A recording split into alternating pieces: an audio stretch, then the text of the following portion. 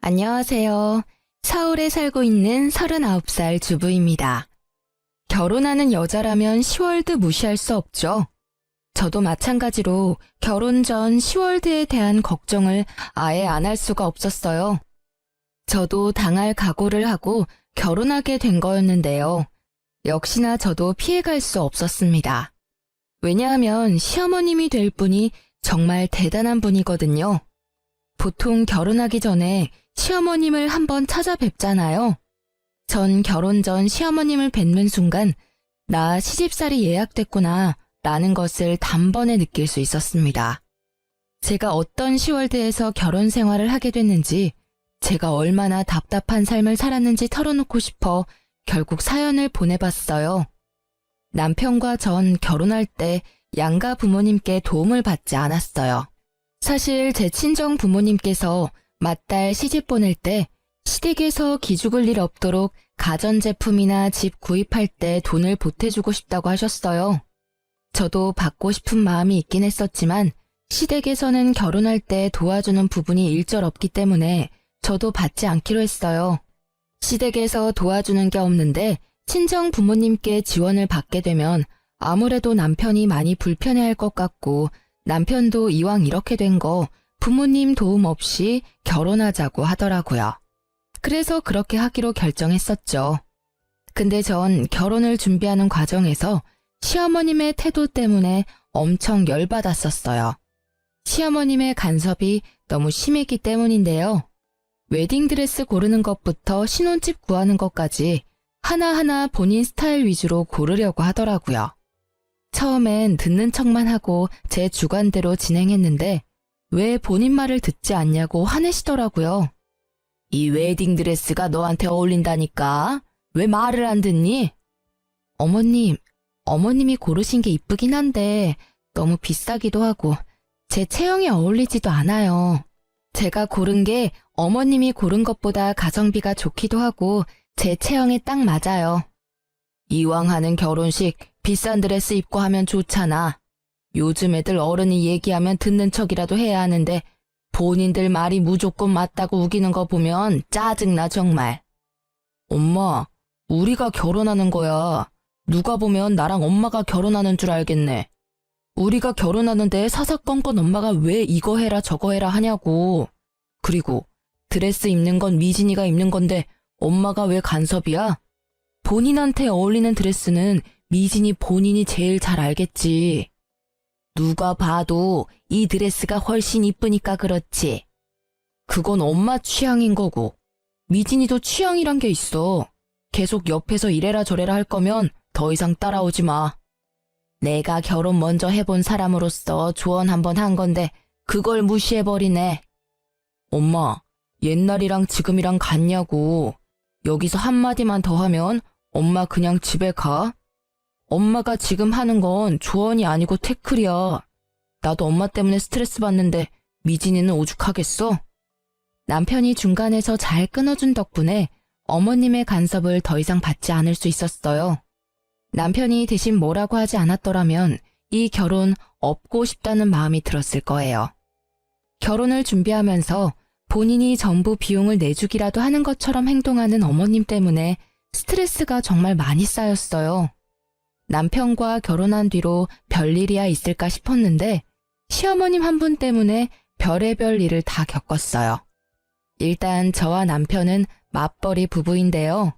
요즘 시대에 한 사람만 일해서 생활하는 건 무리가 있는 편이잖아요. 저와 남편 모두 일을 그만둘 생각이 없었기에 일을 계속하기로 결정했어요. 근데 어머님이 의외로 제가 일하는 거에 있어서 굉장히 신경 쓰는 것 같아 보였어요. 시어머님들은 요즘 며느리가 일하는 걸 좋아한다고 들었거든요. 자기 아들이 힘들게 일하고 며느리가 집에만 있는다고 하면 썩 좋아하지 않는다고 해요.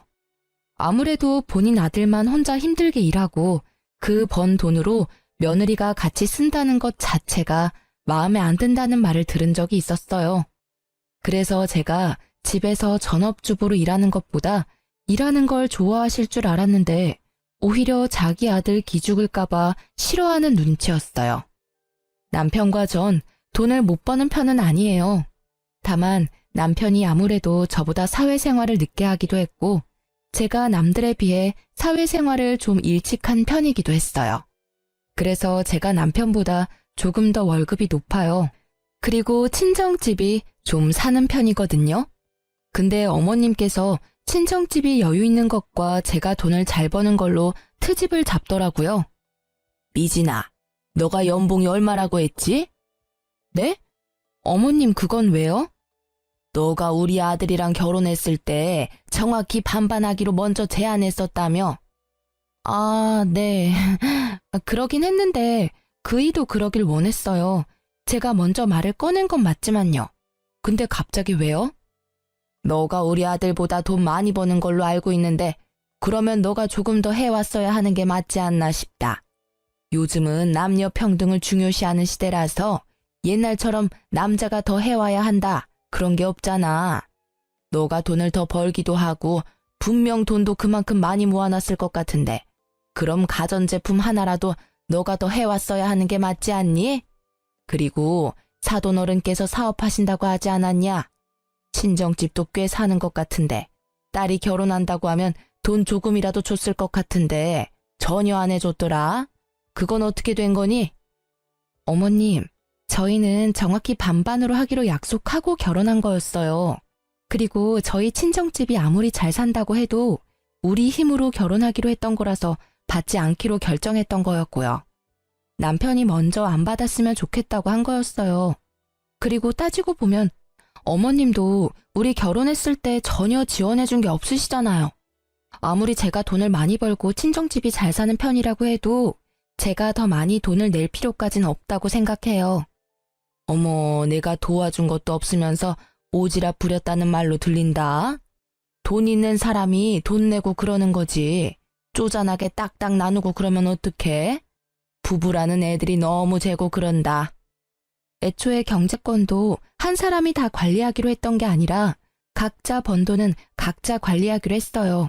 그리고 남편도 누가 더 했느니 안 했느니 그런 걸로 싸우기 싫다고 반반으로 했으면 했고요.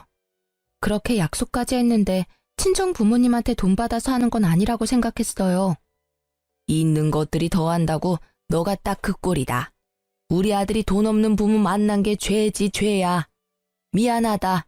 내가 돈이 너무 없어서 너희 결혼할 때 단돈 10원도 지원 못 해줘서. 앞으로 너한테 돈 달라는 말도 못 하겠다. 어머님, 너무하세요. 앞으로 돈 문제로 꼬투리 안 잡았으면 합니다. 결혼이 아무리 집안 대 집안이라고 해도 양가 부모님께서 도움을 준 게 아니라면 이렇게 하나하나 트집도 잡아서는 안 된다고 생각해요. 그리고 저희 친정집이 돈이 많은 건 맞지만 제가 많은 게 아니잖아요. 그건 오로지 부모님 돈입니다. 어머님이 자꾸 저희 친정집 걸고 넘어지는 거 듣고 싶지 않고 앞으로 친정집 얘기하시면 저 가만히 듣고만 있지 않을 거예요. 야, 시어머니로서 할 수도 있는 말을 왜 이렇게 안이 꼽게 듣니? 너 이제까지 그렇게 배워가며 살았니? 이제 막 시집 온 애가 못하는 말이 없네. 말 따박따박 대꾸하는 것 봐. 이제 너 남편도 아주 잡아먹겠다 얘. 제가 잘못한 부분이 있으면 이렇게 말하지도 않죠. 제가 잘못하지 않는 일로 트집 잡으시면 저도 할 말은 하겠습니다. 어머님과 대화할 때마다 이런 식으로 돈으로 시작해서 돈으로 끝날 때가 많았어요. 제가 돈을 좀 벌고 친정집이 잘 사는 편이니까 콩고물 떨어질 게 없나 생각할 때도 많았고요. 본인한테 조금이라도 돈이 들어오지 않거나 자기 아들이 조금이라도 손해보는 것 같으면 항상 자기가 돈이 없는 게 죄라면서 절 항상 나쁜 사람으로 만들더라고요. 제가 조금이라도 반박하면 며느리가 시엄마 잡아먹는다며 피해자 코스프레를 하는 편이신데 남편은 원래 어머님이 이런 성격인 걸 아니까 어머님이 이간질을 해도 믿지 않고 중간 역할을 잘하고 있어요. 그런 어머님께서 제 돈을 제대로 탐한 사건이 있어요. 제가 다니는 회사는 보너스가 자주 나오는 편이에요. 한 번 줄 때마다 나름 많이 주는 편이거든요. 언제 한 번은 제가 회사에서 100만 원 보너스를 받은 적이 있었어요. 보너스는 거의 현금으로 주는 편이라서 이번에도 현금으로 받았었는데요. 제가 현금을 받으면 바로 통장에 입금하지 않고 집에 보관할 때가 많았어요. 그 당시에 주변에 결혼하거나 돌잔치를 하던 친구들이 많은 편이라서 현금이 생기면 되도록 직접 가지고 있었어요. 집에 현금을 따로 보관하는 작은 핸드백이 있었는데 그때도 당연히 그 가방에 100만 원을 넣어놨었어요. 보너스를 받고 난 뒤 보름 뒤에 친구 결혼식이 있었는데요. 그래서 전날 미리 축의금을 봉투에 담아두려고 현금을 담아둔 가방을 찾았는데 그 가방이 없어졌더라고요. 놀란 저는 남편한테 가방이 어디 있는지 물어봤는데 남편도 전혀 모른다고 했어요. 근데 남편이 며칠 전에 어머님께서 김치 두고 간다고 비밀번호를 물어본 적이 있었다고 합니다. 그 순간 어머님이 딱 의심되더라고요. 그래서 저와 남편은 모른 척하고 어머님을 저희 집에 불렀습니다. 어머님, 지난번에 저희 집에 와서 김치 두고 가셨다면서요? 제가 정신이 없어서 감사 인사를 못했네요. 아, 그럼 그때 내가 준 김치 아직도 안 먹어봤겠네? 지금이라도 알았으니 오늘 저녁에 먹어봐. 네, 근데 어머님, 혹시 그때 저희 집에 오셨을 때 제 가방 못 보셨어요? 검정색 핸드백인데요. 아, 그거? 내가 가져갔는데. 지갑이랑 핸드폰만 딱 넣고 다니기 좋아서 내가 가져갔었지. 그건 왜? 어머님, 그래도 그 가방 제 물건인데 말이라도 좀 하고 가져가셨어야죠. 거기 안에 현금 있었죠? 현금? 그건 왜? 그 가방 제가 현금 보관할 때 쓰는 가방이에요. 그거 돈 안 쓰고 그대로 두셨죠? 이따 집 가실 때 제가 집까지 차로 모셔다 드릴 테니까 그 가방 저한테 돌려주세요. 현금 그대로 담아서요. 나 그 현금 좀 썼는데 괜찮니? 어머님, 그 돈 쓰시면 어떡해요. 말도 없이 가방 가져갔으면서 그 현금까지 마음대로 쓰시면 어쩌자는 거예요? 엄마, 도대체 왜 그래? 남의 돈을 왜 마음대로 쓰냐고. 그냥 거기에 돈이 있기도 하고 내가 가방 가져갔는데 한동안 말이 없길래 당연히 까먹은 돈인가 보다 생각하고 썼지. 아이, 그렇다고 그렇게까지 화낼 일인가? 엄마, 그거 도둑질이야. 아무리 까먹은 돈이라고 해도 그렇지. 그걸 왜 엄마가 혼자 판단하고 써? 얼마나 썼길래 그래? 50만 원 정도 썼어. 그 가방 안에 있던 돈은 보너스 100만 원 말고도 여윳돈 200만 원이 더 있던 상태였어요. 총 300만 원이 있었던 상태인데 어머님께서는 그 중에서 50만 원을 이미 썼다고 합니다. 처음엔 어머님이 쓰신 돈 안 받고 남은 금액만 돌려받을까 생각했었는데 어머님이 괘씸하기도 해서 돌려받기로 했습니다. 남편도 그렇게 하자고 했었고요. 저와 마찬가지로 어머님의 행동에 화가 많이 났었고 실망했다고 해요. 그래서 남편은 오히려 2배로 돌려달라고 말하기까지 했더라고요. 남편이 화를 크게 내니까 그 화를 이기지 못한 어머님께서 결국 저희한테 2배로 돌려주셨어요. 남은 금액도 그대로 돌려받았었고요. 엄마한테 그 돈 주는 게 그렇게 아깝냐고 크게 한 소리를 듣긴 했었지만 잘못된 건 바로 잡아야 한다고 끝까지 돌려받기로 했어요. 그 뒤로 한동안 어떤 일도 일어나지 않고 잠잠하게 지내고 있었는데 방심하고 있을 때 일이 하나 더 터졌어요. 제가 야근하지 않고 일찍 퇴근한 적이 있어요. 오랜만에 일찍 퇴근한 김에 남편과 외식하려고 기분 좋게 집에 가고 있었어요. 집 근처에 도착한 순간 아파트 정자에 앉아 계시던 동네 아주머니가 저한테 다가오더니 갑자기 제 등짝을 때리면서 욕을 하기 시작했어요. 이 여자야, 너 재작년에 여기 이사 온 년이지? 여기가 어디라고 너 같은 개집년이 이 동네로 이사를 와? 술집에서 몸이나 판 년이 눈만 높아가지고. 아무리 저렴한 여자라도 수준 높은 집은 알아가지고 너 때문에 우리 아파트 집값 떨어지면 책임질 거야? 당장 이사가. 그게 무슨 말씀이세요? 제가 몸 팔던 년이라니요. 너 술집 다닌다는 소문 내가 다 들었다. 너 시애미한테 다 들었어. 아무리 직업에 귀천이 없다고 하지만 넌 너무 천하다 천해. 심이 말로는 너가 자기 아들이랑 결혼하고 싶다고 애걸복걸 엄청 했다고 하던데 맞지? 아무리 천해도 그렇지 분수에 맞게 살아야지. 여기가 어디라고 너같이 천한 애가. 그리고 아무리 돈이 없는 년이라고 해도 뭐라도 들고는 와야지. 몸만 달랑 갖고 올 수가 있니? 제가 동네 아주머니 붙잡고 자세히 얘기 좀 해달라고 부탁했습니다. 알고 보니 시어머님께서 저에 대해 안 좋게 소문을 내고 다녔다고 합니다. 제가 남편과 살고 있는 아파트는 어머님 집과도 가까운 아파트 단지라서 제가 살고 있는 아파트 주민들 중에서 저희 어머님과 친한 아주머님들이 몇 분 계십니다. 저와 남편이 결혼 허락을 받았을 당시 어머님께서 반대를 심하게 하셨어요. 그 당시 어머님께서 워낙 반대를 심하게 하는 바람에 결혼을 못하게 될 뻔했는데 어머님도 저와 남편이 당연히 결혼하지 않을 줄 알고 뒤에서 동네 사람들한테 제 흉을 보고 다녔던 거였어요.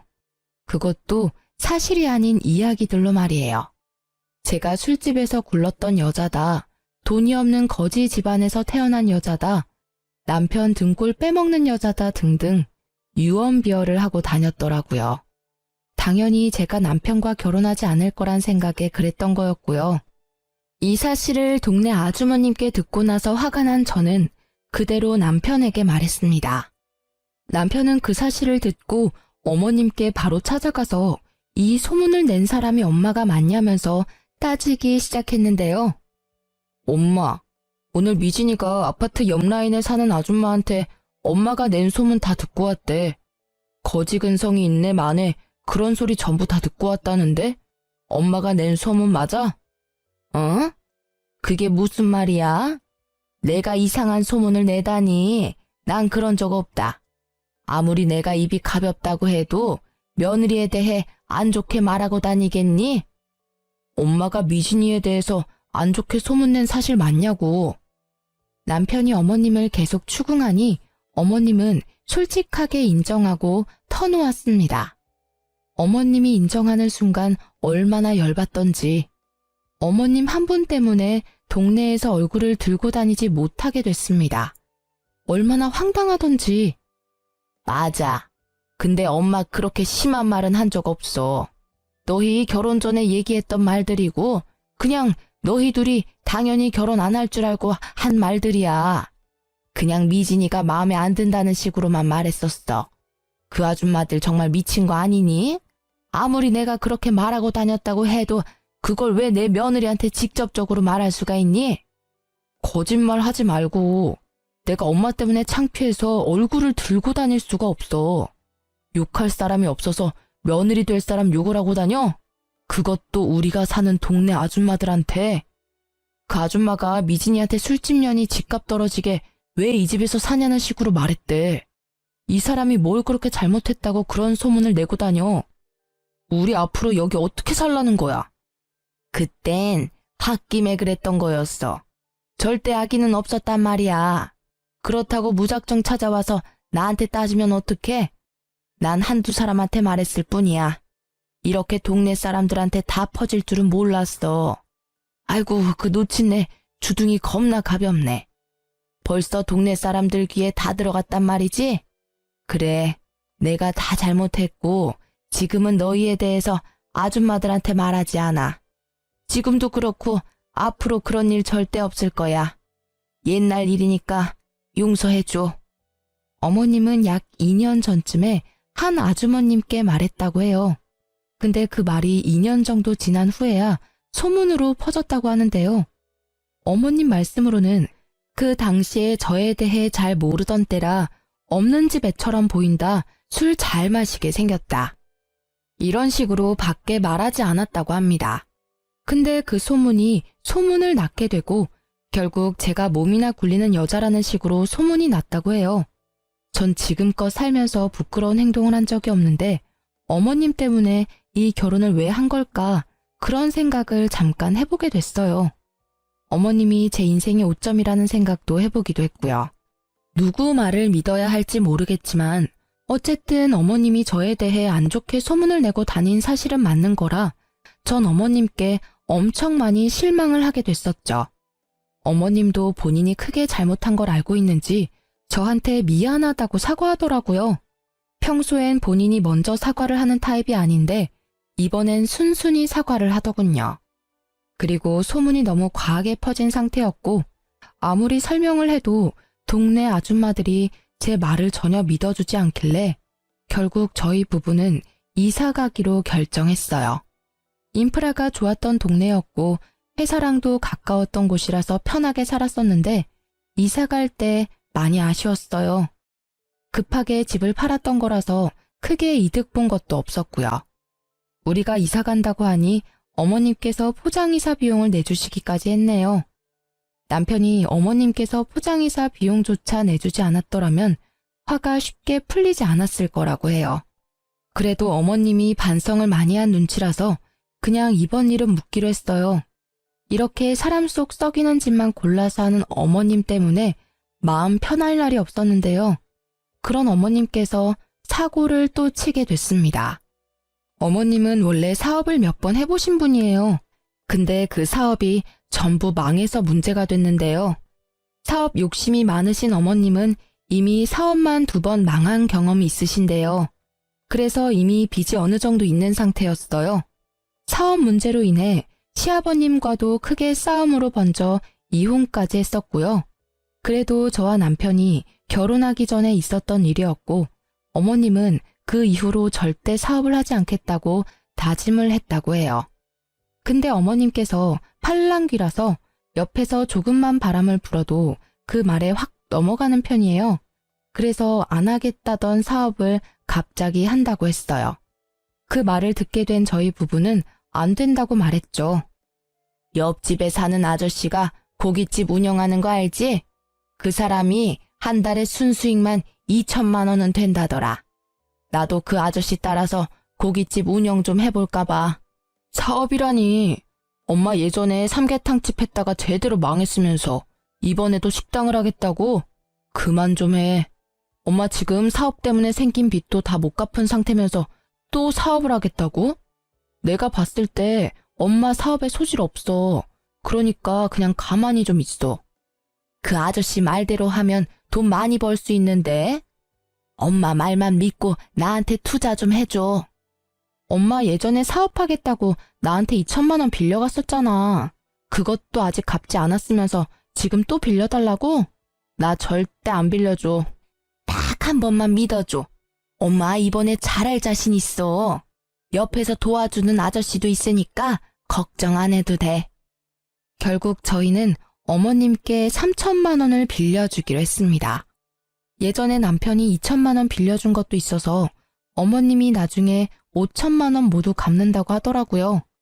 그리고 얘기를 들어보니까 저희한테 돈 빌린 거 말고도 주변 친구들께 1,000만 원, 2천만 원 이런 식으로 돈을 빌린 모양이에요.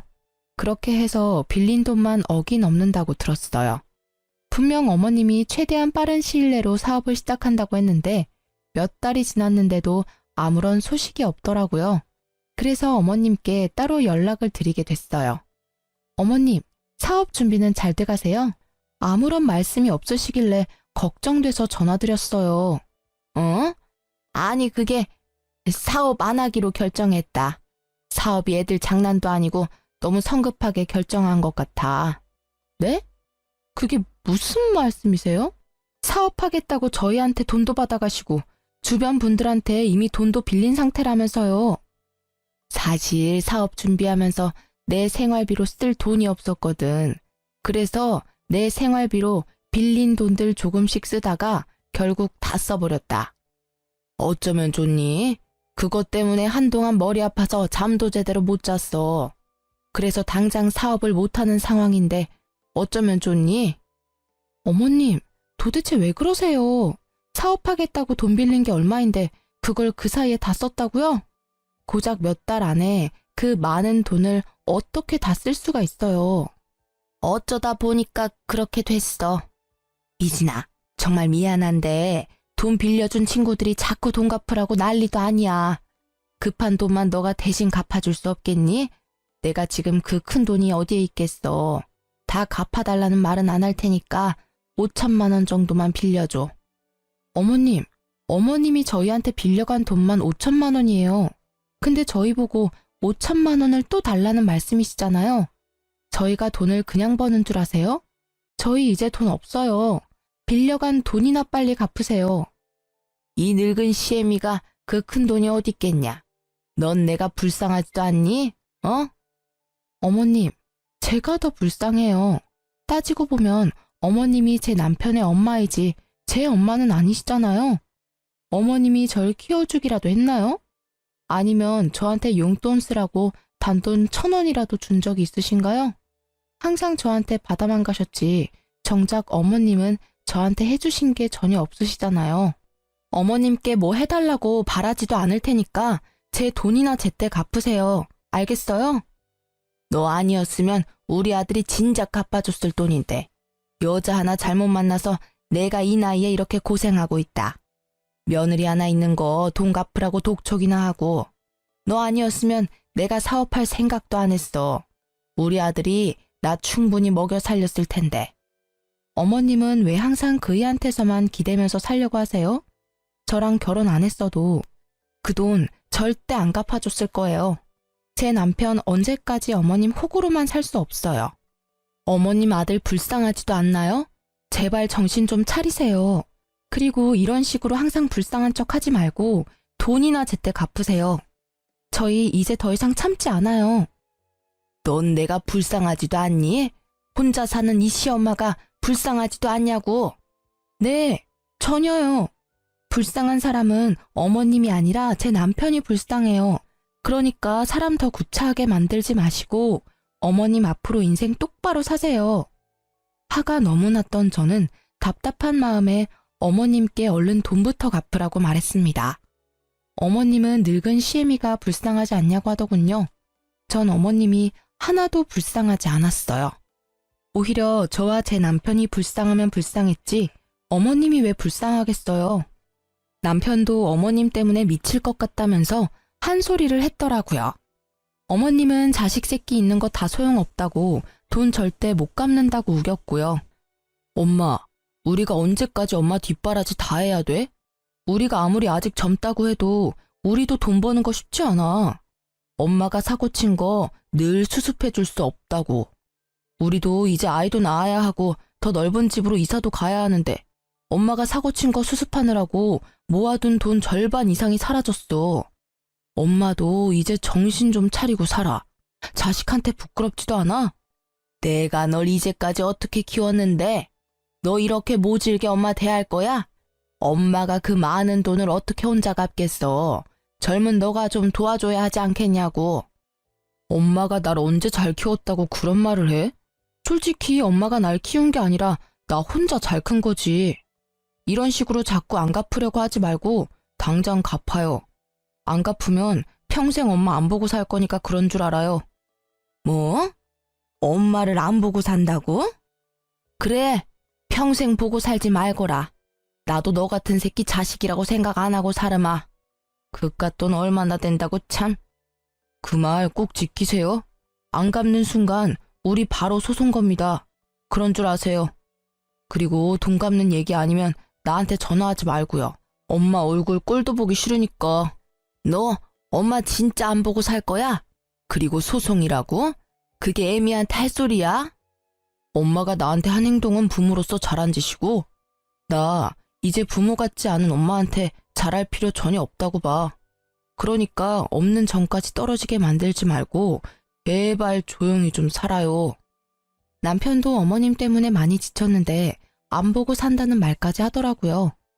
어머님도 그런 남편이 밉고 싫었는지 여자 하나 잘못 만나서 본인 팔자 본인이 망친다는 말을 하면서 저희와 안 보고 산다고 하셨어요. 그 뒤로 어머님은 본인이 살고 있던 집을 팔아서 저희한테 빌린 돈 전부 갚았습니다. 어머님이 집을 팔고 나니까 약 1억 3천만 원 정도 됐다고 하더라고요. 거기서 저희한테 6천만 원 정도 주셨습니다. 어머님이 저희한테 빌려간 돈 5천만 원과 함께 이제껏 이것저것 가져간 자잘한 돈이 많았었기 때문에 총 6천만 원을 저희에게 주셨어요. 그리고 남은 돈이랑 급한 불을 끈 모양입니다. 근데 이제까지 빌린 돈을 전부 갚을 돈은 아니었기 때문에 여전히 독촉 전화를 받는다고 해요. 돈이 급하게 갚기 위해 집을 판 어머님은 한동안 사우나에서 지낸 것 같았어요. 근데 이것도 할 짓이 못 되니까 결국 허름한 단칸방에서 지내고 있다는데요. 그것도 달동네에 있는 곳이라서 집까지 가려면 한참 걸어가야 한다고 해요. 그 뒤로 어머님과 안 보고 살고 있었는데 어머님은 혼자 힘으로 돈 갚는 게 힘드셨는지 몇 달 만에 저희를 찾아왔는데요. 원래 만나고 싶지 않았었는데 그래도 마지막으로 뵙기로 했어요. 어머님, 어쩐 일이세요? 왜 그동안 연락 안 받았니? 100통은 넘게 한 것 같은데. 제가 어머님을 왜 만나야 해요? 원래 우리 안 보고 살기로 한 거잖아요. 그래, 그랬었지. 미진아, 내가 정말 미안했다. 나 용서해 줄 수 없겠니? 내가 너무 철이 없었어. 내가 앞으로 너한테 돈 달라는 소리 안 할게. 그러니까 나 데리고만 살아줄 수 없겠니? 진짜 돈 갚아달라는 말 절대 안 할게. 그냥 나 이 집에서 살게만 해줘. 어머님, 당장 나가주세요. 저 어머님 데리고 살기 싫어요. 저희가 뭘 믿고 어머님을 데리고 살아요? 사람은 절대 변하지 않는데요. 나 너무 힘들다. 제발 나 한 번만 용서해다오. 내가 전생에 얼마나 많은 죄를 짓고 살았길래 이런 인생을 살게 된 거니? 내가 죄가 많아서 그렇다. 죄가 많아서. 한 번만 용서해줘. 내가 정말 잘못했다고. 이게 다 어머님 업보죠. 어머님이 모두 감당하셔야 돼요. 그러니까 더 이상 찾아오지 마세요. 어머님께서 저희 집을 며칠 동안 계속 찾아오더니 결국 친정집에도 갔었어요. 아무리 급해도 찾아갈 곳이 따로 있는 건데 참 뻔뻔하다는 생각이 들었습니다. 친정엄마도 이미 우리 상황을 알고 있었고 조만간 시어머님이 찾아올 것 같다는 느낌이 든다고 하셨는데 진짜 찾아올 줄은 몰랐어요.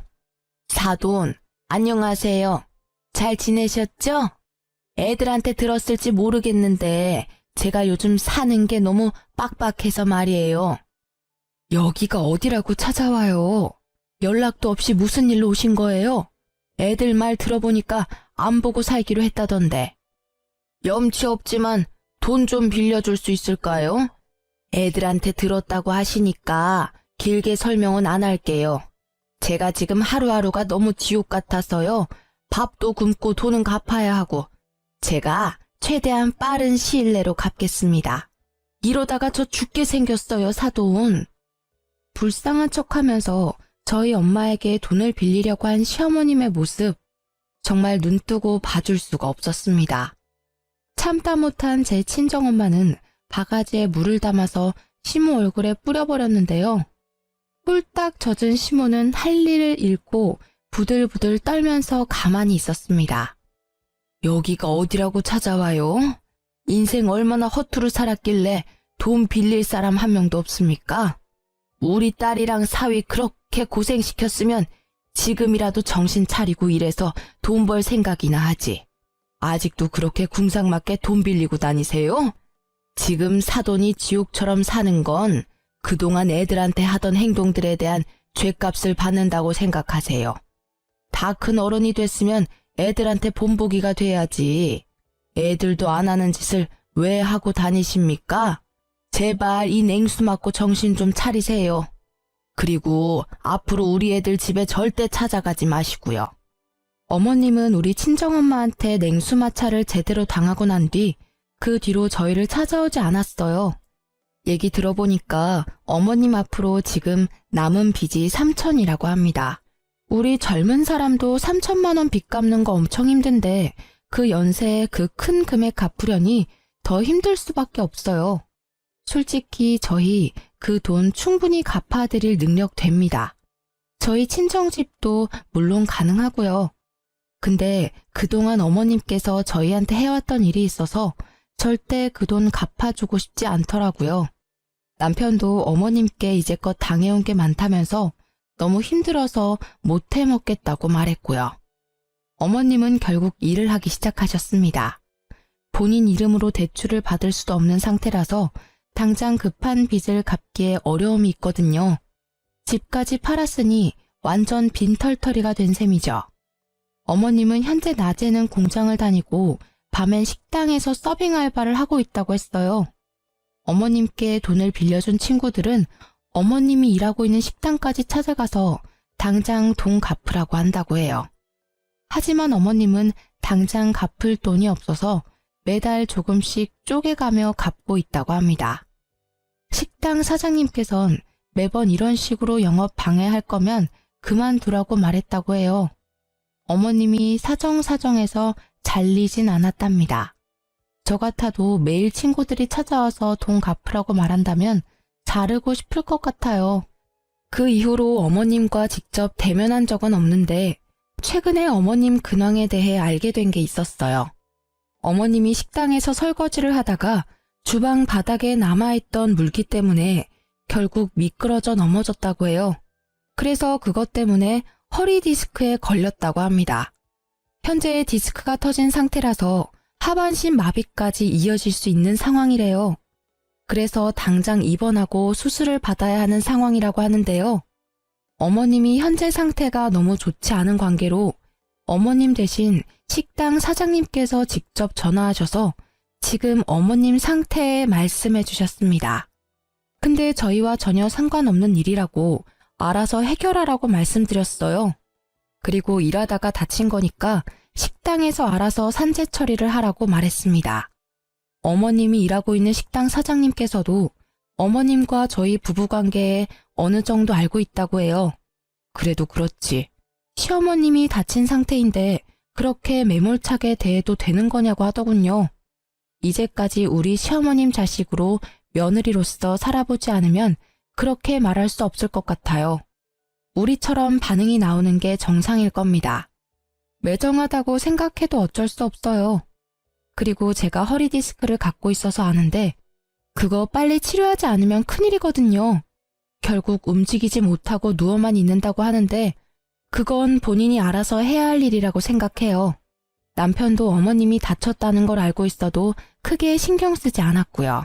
최근에 시어머님과 이혼하고 조용하게 살고 계셨던 시아버님께 연락이 왔었는데요. 한동안 시아버님과 연락을 못하고 지냈는데 갑자기 시아버님께 연락이 와서 몹시 놀랬어요. 아버님은 저희에게 연락하셔서 무슨 일이길래 너네 엄마가 자기한테까지 연락하게 만드냐고 묻더라고요. 알고 보니까 시어머님이 아버님한테까지 연락을 한 모양이더라고요. 모든 상황을 설명해드렸더니 그 옆했네 아직도 정신 못 차렸다면서 그 허리 디스크 수술 절대 시켜주지 말라고 저희한테 단호하게 말씀하시더라고요.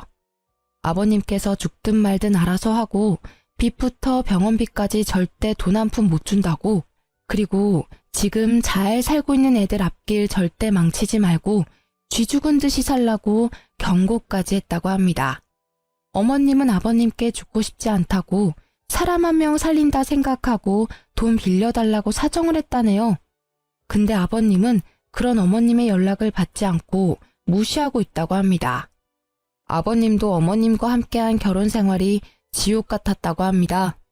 20년 가까이 같이 사는 동안 아버님이 어머님 대신해서 갚아준 돈만 1억이 넘는다고 해요.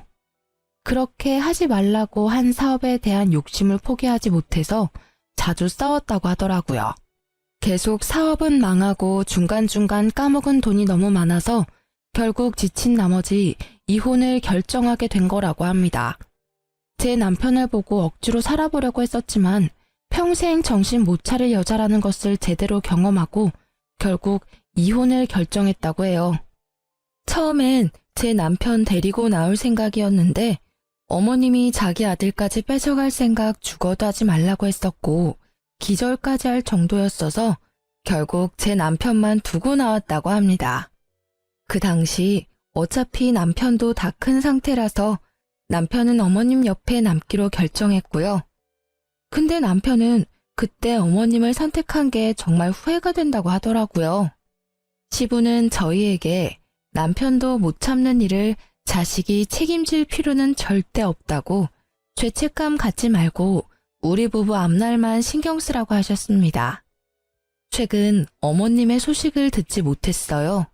여전히 건강과 빚 때문에 하루하루 지옥 같으시겠죠. 저희 부부는 어머님과 연락을 안 한 뒤부터 모든 일이 잘 풀리기 시작했어요. 어머님 때문에 아버님과도 연락을 잘 못하고 있었는데 어머님과 연락을 안 한 뒤부터 아버님과 자주 연락하고 살았었습니다. 이혼하게 된 건 다 어머님 때문인데 어머님은 항상 아버님이 자기 그냥 버리고 간 나쁜 사람이었다고 욕을 했었거든요. 그래서 결혼식 올릴 때도 아버님을 초대하지 못했습니다. 항상 그게 마음에 걸렸었는데 이젠 아버님께 최선을 다해 잘해드릴 생각이에요. 남편도 울면서 아버님께 사과했고요. 오히려 아버님은 어른 때문에 자식이 괜히 고생만 하는 것 같다고 미안하다고 사과를 하시더라고요. 그리고 우리 결혼할 때 조금이라도 보태주고 싶었다며 저희한테 주기 위해 이제껏 돈을 모았다고 하더라고요. 무려 7천만 원이란 돈을 주셨습니다. 그리고 저희 부부는 아이를 갖게 됐는데요. 아이가 태어난 지 몇 달 되지 않았어요. 아이가 태어나기 전 조금 더 큰 집으로 이사 갔고요. 아버님이 저희에게 7천만 원을 주신 덕분에 수월하게 이사 갈 수 있었어요. 방이 4개인 집인데 아버님과 같이 살기로 했는데요.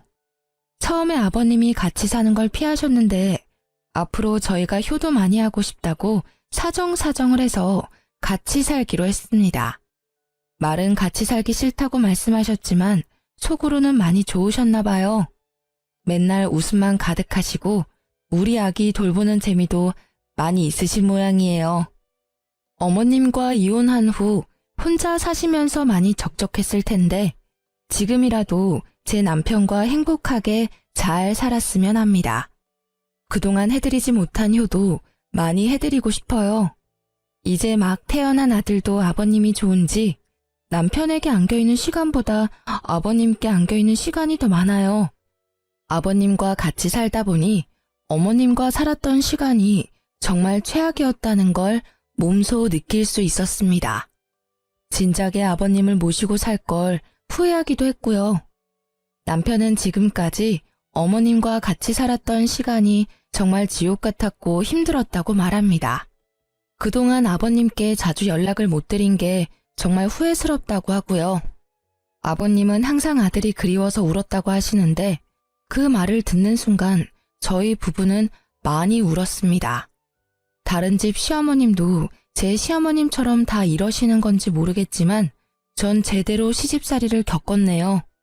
남편은 외동아들이라서 모든 걸 다 책임져야 한다는 책임감이 강했는데 그 책임감 이제 느끼지 않아도 돼서 너무 행복하다고 합니다. 앞으로 남편, 아버님, 저와 제 아이 이렇게 넷이서 남은 인생 잘 살 생각입니다. 지금도 물론 잘 지내고 있고요. 저처럼 시어머님 때문에 많은 고생을 한 분이 계시다면 참지 마시길 바래요. 아무리 결혼이 집안 대 집안이라고 해도 시부모님이 아무리 남편의 어머님이라고 해도 아닌 건 아니라고 확실히 행동할 필요가 있어요. 지금까지 제 사연 들어주셔서 감사해요.